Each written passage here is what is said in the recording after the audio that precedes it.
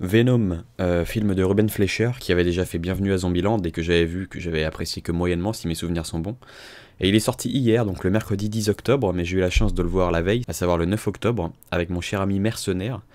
Et c'était une avant-première qui était pas ouf, déjà parce que ça se passe juste la veille de la sortie officielle, mais aussi parce qu'il n'y avait aucun réalisateur dans la salle, ni personne qui a travaillé sur ce film. Et en tout cas, on a pu être invité grâce à un événement organisé par Wheel of Cinema en partenariat avec la BNP Paribas, donc merci beaucoup pour cette invitation. Maintenant, j'ai beau avoir été invité, je suis obligé de vous dire la vérité, ce film était pas ouf du tout même. Ça dure presque 2 heures et c'est ni passé vite, ni passé lentement.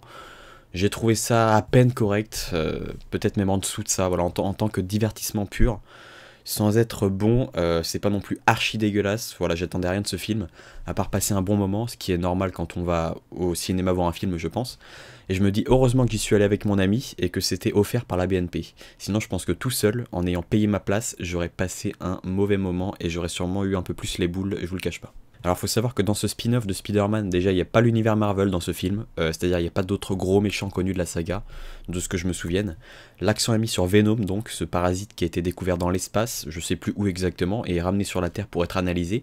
Il y a des expériences qui sont faites dessus, assez sales d'ailleurs, puisque le mec à la tête de l'entreprise, Life machin chose, je sais plus le nom de l'entreprise, il décide d'envoyer des cobayes dans la salle de test pour essayer de fusionner le parasite avec le corps humain. Pourquoi, allez-vous me demander? Alors c'est expédié super rapidement dans le film, et apparemment c'est parce que selon le scientifique en charge de tout ça, Dr Carlton Drake, il estime que la planète se meurt, devient de plus en plus dégueulasse, et qu'à un moment on va forcément devoir aller habiter sur une autre planète. Pourquoi en étant possédé de ces parasites, je ne sais pas, je vous avoue qu'à la fois que j'ai pas bien compris, et surtout que c'est expédié très rapidement, voilà, c'est pas assez développé, et très franchement je trouvais ça assez naze et peu crédible. T'as un peu l'impression que les scénaristes devaient trouver un truc pour justifier le fait qu'il fallait faire ces expériences, voilà, d'injecter un parasite dans des corps humains, pour justifier la présence du symbiote, Venom donc, qui fait l'objet du film. Pour moi, ce qui sauve réellement le film de devenir excellemment mauvais, c'est la performance de Tom Hardy. Alors c'est un acteur que je connais peu, d'ailleurs il faut absolument que je vois Mad Max Fury Road dans lequel il joue, que je n'ai toujours pas vu alors qu'il m'intrigue pas mal, bref. Donc Tom Hardy qui joue bien, voire très bien dans ce Venom. Grâce à lui, le scénario qui est assez ridicule, même ridicule tout court, faut que j'arrête d'atténuer mes pensées. Le scénario est ridicule, et ce qui pose problème c'est surtout que le scénario est peu construit, il est mal construit et qu'il va nulle part. Ce film ne raconte rien. C'est bête, au niveau de l'écriture, il y a vraiment rien, quoi. La première partie est naze, tout comme la dernière partie qui pour moi l'est encore plus, avec une histoire de symbiote encore plus fort que Venom doit tuer d'ailleurs, je ne sais plus pourquoi, parce qu'il est trop méchant, il veut détruire la Terre, je sais pas quoi, en décollant dans une fusée, alors que Venom, bah écoutez, finalement il s'est attaché à la Terre, genre à un moment il est en haut d'une tour, il admire le panorama de nuit et nous sort que c'est pas si moche que ça ou une connerie comme ça. Venom trouve que Tom Hardy est l'hôte parfait, même si c'est un loser, il s'en fout car Venom a lui-même avoué être un loser sur sa propre planète, ce qui a fait marrer la salle d'ailleurs. Du coup, Tom Hardy transforme un script chiant, fainéant et pas crédible en comédie, de par les situations dans lesquelles il se trouve, étant possédé par Venom. Il y a pas mal de punchlines qui se veulent drôles, parfois ça fonctionne, parfois moins. J'ai ri et souri quelques fois pendant le film, même si pas énormément non plus. En tout cas, si je devais retenir une chose du film, c'est ça, voilà, c'est la cohabitation entre Tom Hardy et son parasite, le côté décalé, humoristique des situations, des punchlines parfois bien trouvées.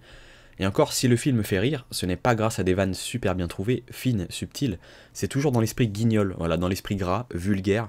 Genre à un moment, il y a Tom Hardy qui est en haut d'une tour, Venom lui dit jump, donc saute, et là, bah, la séquence se coupe et on se retrouve en bas avec l'ascenseur qui s'ouvre, parce qu'il a pas eu les couilles de sauter en gros. Et là, t'as Venom qui lui lâche un pussy, voilà, avec, qui est assez sec et grave, justement, vu la voix du symbiote.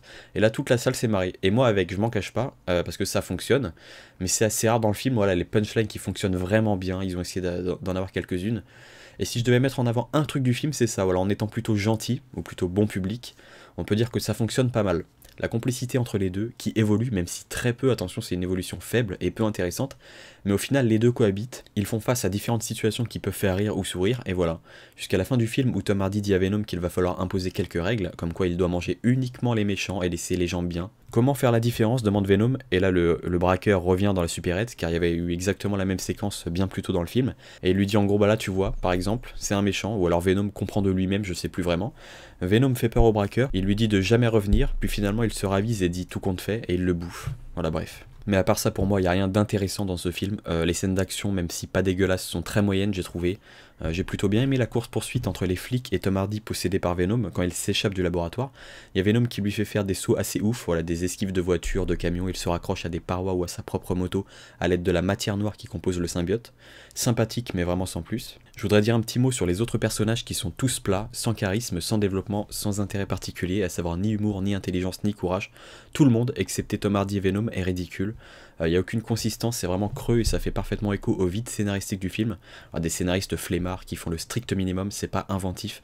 Il y a très peu d'idées, comme l'a dit mon ami d'ailleurs assez justement. Il n'y a pas de réalisation dans ce film, c'est-à-dire qu'il n'y a pas de vision d'auteur, il n'y a pas de mise en scène. C'est vraiment c'est d'un classicisme assez absolu je trouve.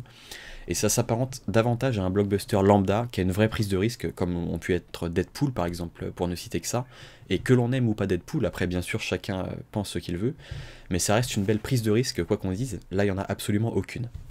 Le personnage de l'ex-blonde de Tom Hardy, j'ai eu envie de la gifler. Elle est soi-disant amoureuse de Tom, il prévoit de se marier, et juste parce qu'il a fait une bourde dans son travail et qu'indirectement elle se retrouve virée, d'ailleurs corrigez-moi ou non, pour ceux l'ayant vu, mais il n'y a aucune information sur les raisons du licenciement de cette femme, le film s'en fout, voilà, il torche tout rapidement. Bref, donc soi-disant amoureuse, mais tu le largues pas comme ça, je suis désolé, tu le largues comme une grosse merde, sérieusement. Si c'est ça la vision de l'amour, genre tu définis l'autre uniquement de par son statut professionnel et une éventuelle bourde qu'il a pu faire. Très peu pour moi, ça prône de mauvaises valeurs, la nana n'a rien d'intéressant à part son physique, elle se casse avec un chirurgien, genre le gros cliché de merde, parce que le chirurgien, attention ça fait bien, il gagne beaucoup d'argent, tout ça. Bref, et le pire avec le personnage de l'ex-blonde de Tom, c'est qu'à un moment les scénaristes ont décidé de l'infecter avec le symbiote, je crois que c'est Venom d'ailleurs, qui ici se retrouve avec des seins du coup, voilà un symbiote féminin, mais qui en réalité prend un peu la forme qu'il veut, et passe d'individu en individu en les touchant. D'ailleurs c'est ridicule, le super symbiote, pas Venom mais l'autre, hein, le boss, passe au départ d'une grand-mère à une jeune femme, puis une petite fille, qui ensuite va infecter le scientifique riche connard qui tue des gens dans son laboratoire avec ses expériences, le méchant du film, j'ai oublié son nom d'ailleurs. Il y a une séquence post-générique qui laisse penser à un Venom 2. Il y a Tom Hardy qui se retrouve à nouveau journaliste, son boulot avant de se faire virer donc, et il doit interviewer un criminel en prison. Voilà, ça s'arrête là sur le criminel qui dit à la fin qu'il va sortir de prison et que ça va être un carnage. Attention, quelle fin intense, originale et prenante qui donne envie de voir la suite. Ou pas du tout en fait. Voilà, donc Venom 2, ça pourrait très bien être un spin-off de Very Bad Trip, écoutez, avec le coup du mec et son symbiote qui passent leur temps à faire des conneries, à vivre une vie de débauche, à boire des coups tout le temps, à se coucher à pas d'heure, à aller voir des prostituées, grimper des immeubles. Et je vous avoue que je vois mal ce qu'il pourrait faire, du moins d'intéressant, car là on est loin du film intéressant. N'y allez pas si vous voulez voir un bon film, intéressant, qui apporte des choses. Même en tant que divertissement, c'est très moyen, écoutez, ça te donne quasiment rien. À peine l'origine du symbiote, et encore c'est passé ultra rapidement en revue, vraiment très rapidement, je déconne pas.